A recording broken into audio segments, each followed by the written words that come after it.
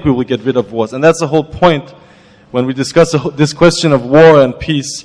Yes, we can fight for peace. There's a lot of people who want to fight for peace, but we, in my opinion, if we are Marxists, as I am, need to explain, need to connect this with the question of changing the system. Because or else we're giving illusions that it is possible to get rid of wars, dictatorship, poverty, and all these things, racism, within the system that's spawning in it itself, that needs it as an organic part of itself. So I completely agree if that was the point that the gentleman was trying to make. No, as long as the system remains, we cannot get rid of wars. I think it's completely utopian. Thank you very much. Ich möchte das Wort nun an Nahla geben und dann nachher an Lindsey auch noch. Eine Frage war dieses Thema nochmal Religion und Politik, also implizit war auch sicher die Frage angesprochen des Kopftuchs, des islamischen Kopftuchs. Du hast auch nochmal gefragt, Säkularisierung der Politik, gehen wir dahinter zurück? Eine ganze Reihe von Fragen. Ich denke, Nahla würde gerne sich auch nochmal dazu äußern. Ja?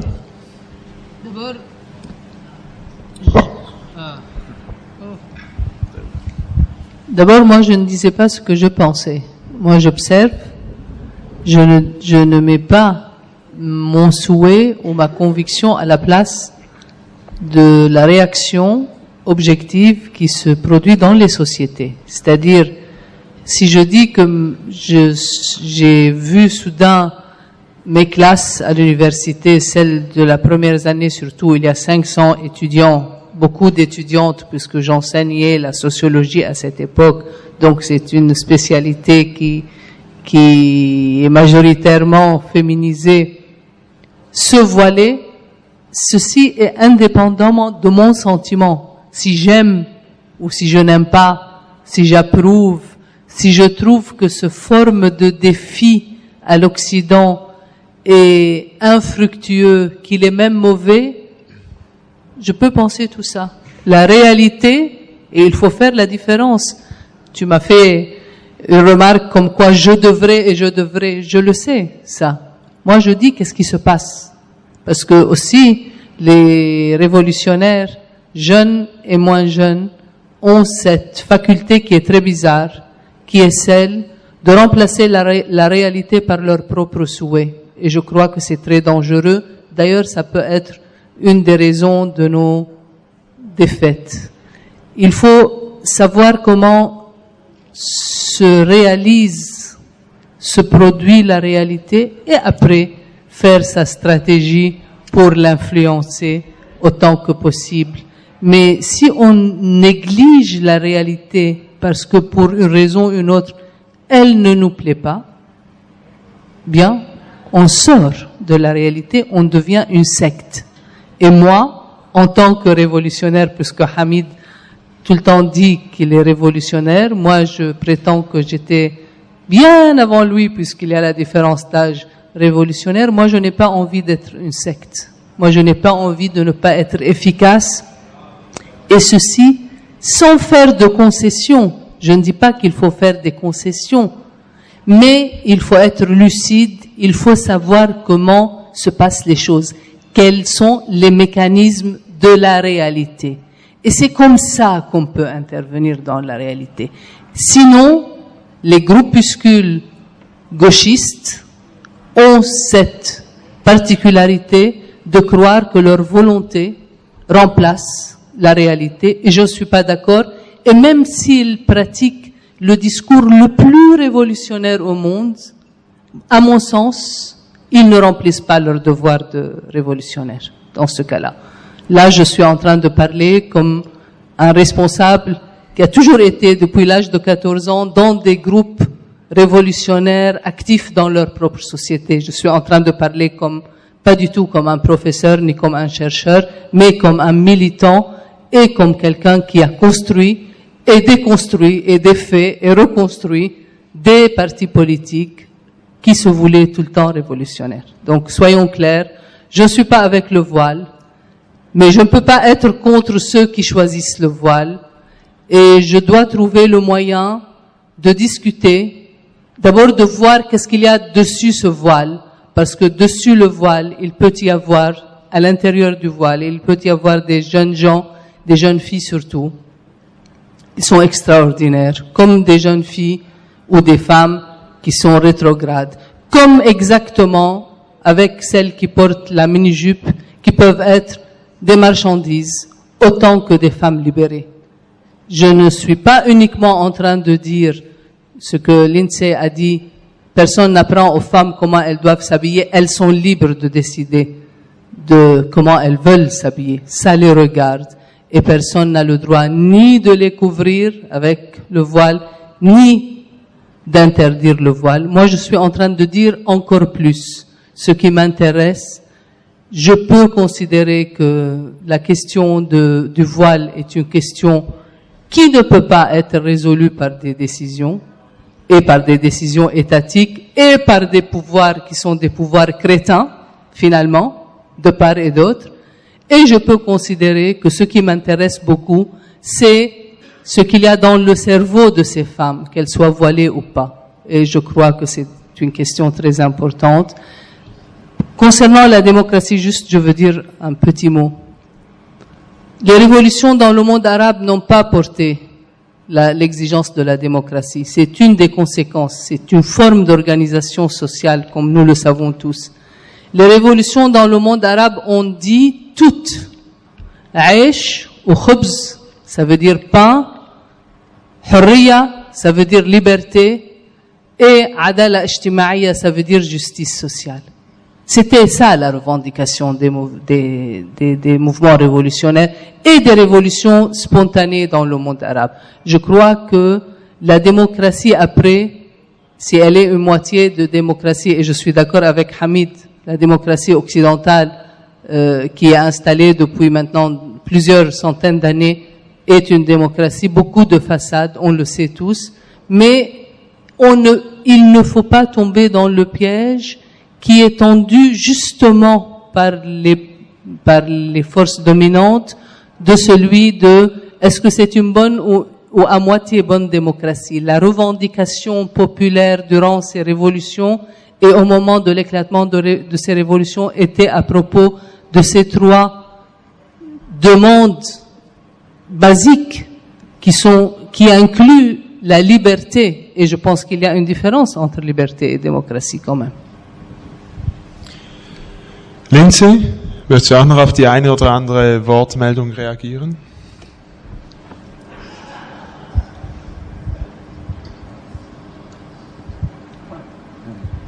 Okay, well, perhaps if I could just put my answers in the context of that we live in a world which is dominated by imperialism, because I think this is extremely important, because when we just talk about democracy as it applies across the world, even if we talk about class society, we actually have to look at the differences, the combined and uneven development inside capitalist society, and we have to look at the effect of imperialism in the past and the effect of it today.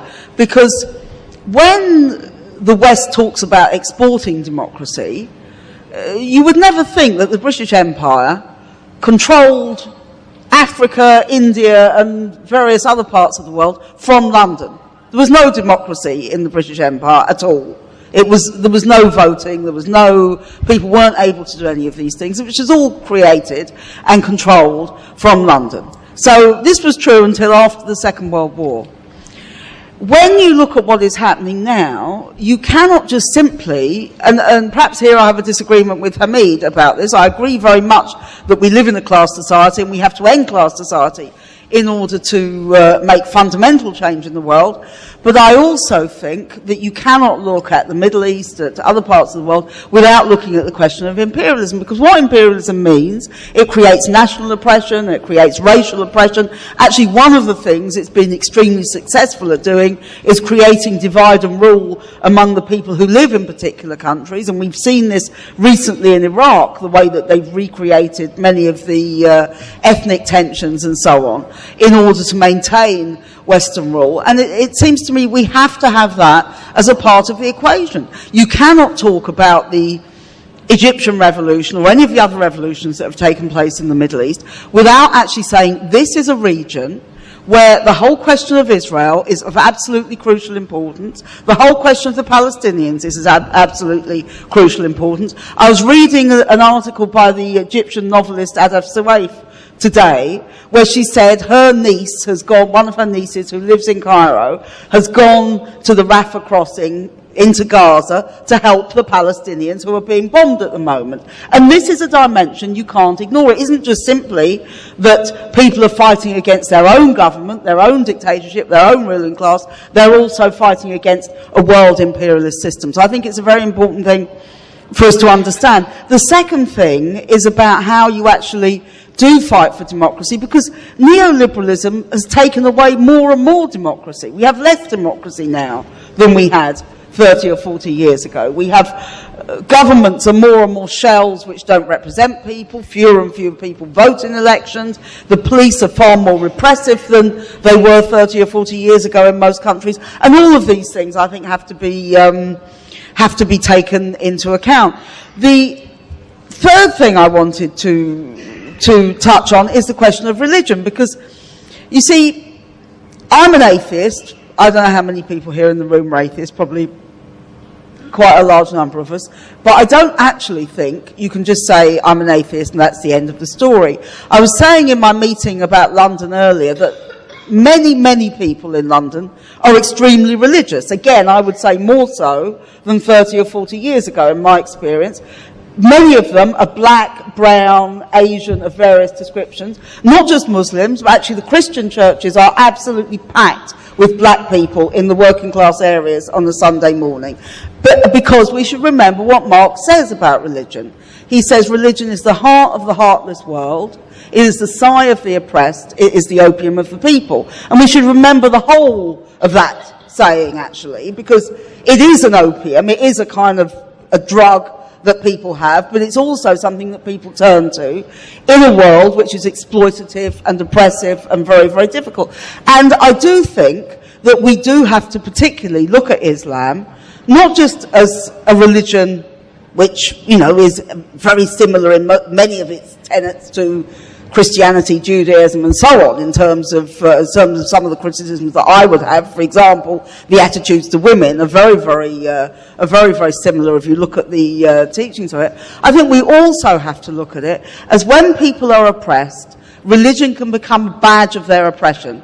The two most religious countries in Europe traditionally have been Ireland and Poland, and these are both to do with national oppression and attempted suppression of the priests and the religions. This is clearly the case with Islam today. It's clearly the case that many, many young women who wear the hijab wear it as a statement of defiance. It isn't just simply that they're told to cover their heads. They wear it because it's something they want to say, this is what I am and I identify with this. Now, whatever we think about this, I think we have to accept it's their right to do so, and that if there wasn't the kind of racism and Islamophobia in this society that exists, I think far fewer people would feel the need to dress in a particular way. They do so because it's something that they believe is something that they believe in and they want to stand up for. So, you know, I feel the left is in problems if it just says religion bad, you know, end of story. I think it's a much, much more complicated question than that, and we have to tie it in with the different oppressions that exist in society in order to understand it. Mhm. Danke, Lindsey. Auch nochmal, ich denke, wir haben hier auch ein Thema angeschnitten, diese Frage der Religion, Islam, Kopftuch und so weiter, wo wir sehen, dass es auch kontrovers ist in der Linken. Solche Themen sind auch wichtig für uns zu diskutieren, denke ich. Ich weiß nicht, ob wir nochmal eine Runde machen mit Wortmeldungen aus dem Saal oder ob von eurer Seite nichts mehr kommt. Ja, da. Cedric hinten.